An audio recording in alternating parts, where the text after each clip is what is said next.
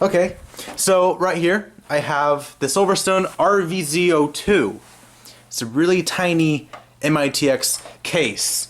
Now there's something I've done to it. Now you might know the rvz01, which looks a lot like this, and I thought I fell in love with that case.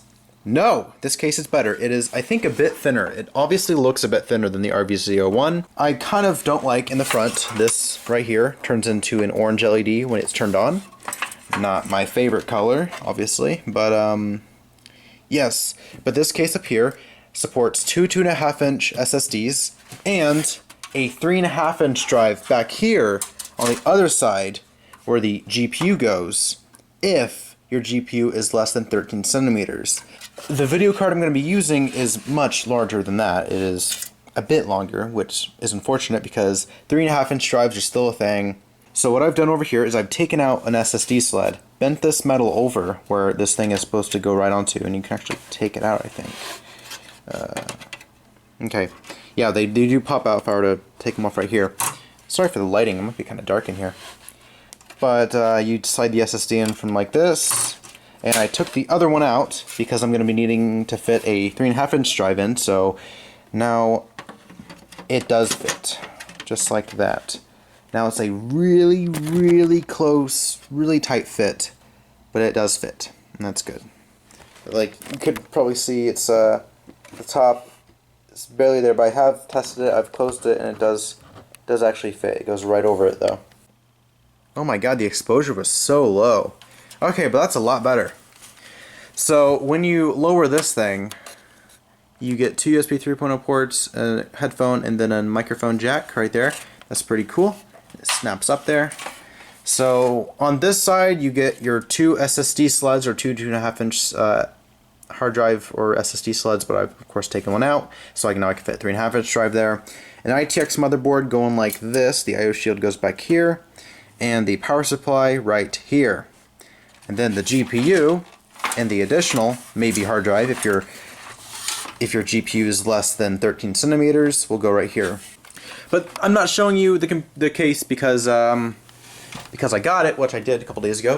But right over here, through the hallway, we see this, which is the Silverstone power supply I ordered. It's 450 watt of 80 plus bronze efficiency power supply. Goodness, all this juice will be for the computer. It'll be plenty. Well, I needed a nice, awesome, sexy power supply for this. So hey guys, I have all these parts laid out. So I just decided a little while ago that I'm going to be building a system inside of this computer for this build, or inside of the case.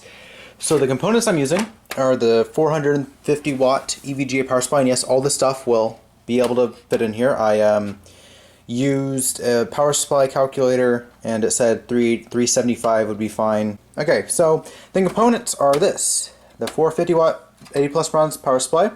For storage, I have a 2 terabyte Seagate Barracuda. This is my main mass storage drive I actually use, and this is my SSD. A 250 gig Crucial MX200, a GTX 970 that I painted white, a stock cooler because I don't have any low profile coolers. This little CPU, my i5 4670K, can stay pretty cool. I'm not going to be overclocking, of course, because the tiny power supply and the heat restrictions on that. I'm using this new motherboard I got, the Z87i Gaming MSI motherboard. It is pretty cool, and one thing I noticed about these motherboards, okay, oh, did I zoom in a bit? I'm sorry. I did not know this, but the gaming MSI motherboards, the heat sinks along here are shaped like dragons. Mind blown, am I right? So I got this motherboard on eBay.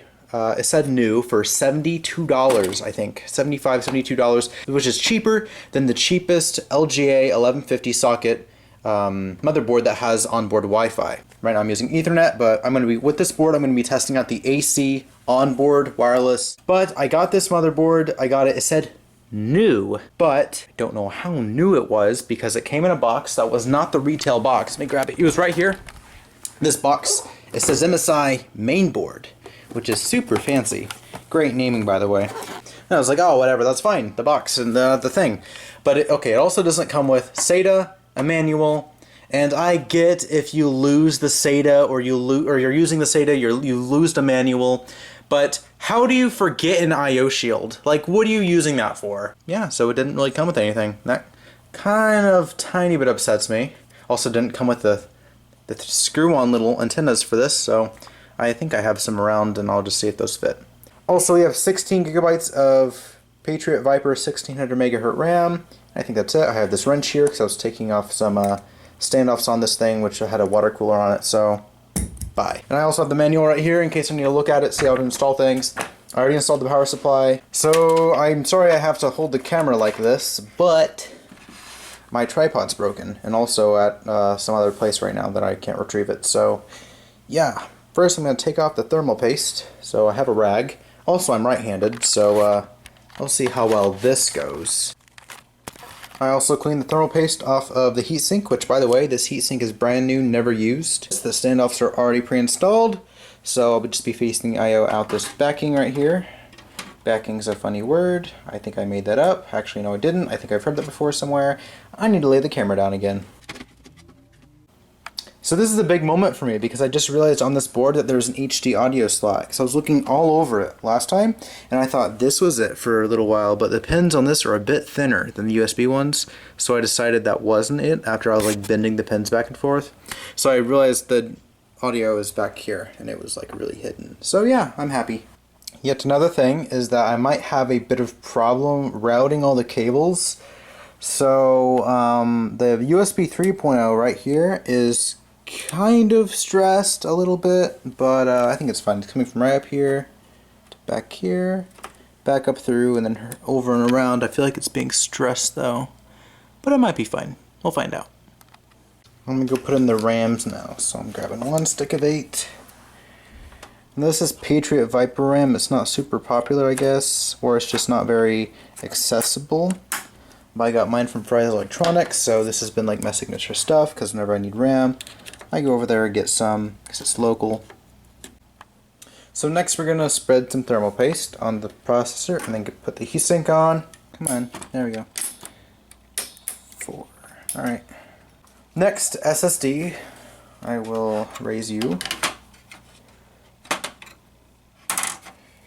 I think I do this, yeah. So drop it in like this, except not like that.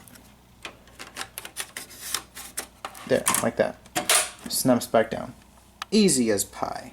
And then the hard drive, which goes right here. Now the clearance issues I'm worried about the hard drive is not on top, it's on the bottom. Because screws have to be put in from the bottom, right underneath it, and that may or may not interfere with the PCB on the graphics card. So we will find out for the first time ever right now. So these are where the 4 screws are in the hard drive, right down there. I already took out the back I/O for this. So let's find out about the graphics card. Need the extra little riser right there. And it looks like from the screws it'll be safe from, which is good. So that was my only issue. And there it goes, so it's might be in there. It very much might be. It looks like it is. Alright, cool. So that's pretty neat. See, this card is pretty long. There we go. So it's not all the way cable managed yet, but I did get the SSD and the hard drive installed. I had to fold the SATA down here a lot. And I don't know, cable managing was alright. Actually, no, not at all. Completely opposite of what I just said. It was kind of hellish, actually. Now, closing up this case may not be as simple as you might think. So how this is going to work, here's the back. And we want to find which side we want to use. I'll do the top first, because it seems like one of the most difficult, actually the most difficult. So tucking this cable might be a problem, so I'm going to have to set the case down.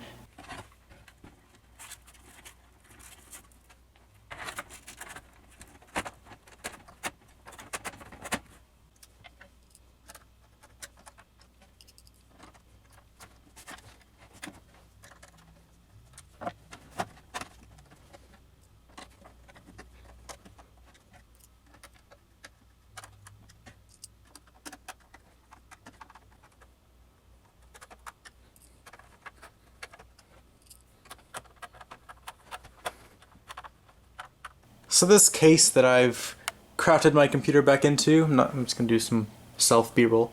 That has these ventilations on the side. You can just kind of pull them off, and they kind of have a built-in dust filter on them. But then you can see all your ugly cabling inside. So let's kind of keep that on and never open it back up again. However, the graphics card, or the graphics card area, I do see maybe opening up because it's a bit more pleasing to the eye. Oh yeah, that is. Hey socks, get out of here. Even has some feet you can stand it on, and it'll look twice as ballin' like that. And it comes with like some rubber like, I guess, half balls you can put over here on each corner, and then it can sit sideways. I like it standing up because this case is meant to be shown off, you know. So I hope I got everything right. I hope I didn't screw up any of the power switches or stuff, so I don't have to mess that up. If the LED's not on, that's fine. I don't really care about seeing a bunch of orange LED in my face, so as long as it powers on, I'm fine.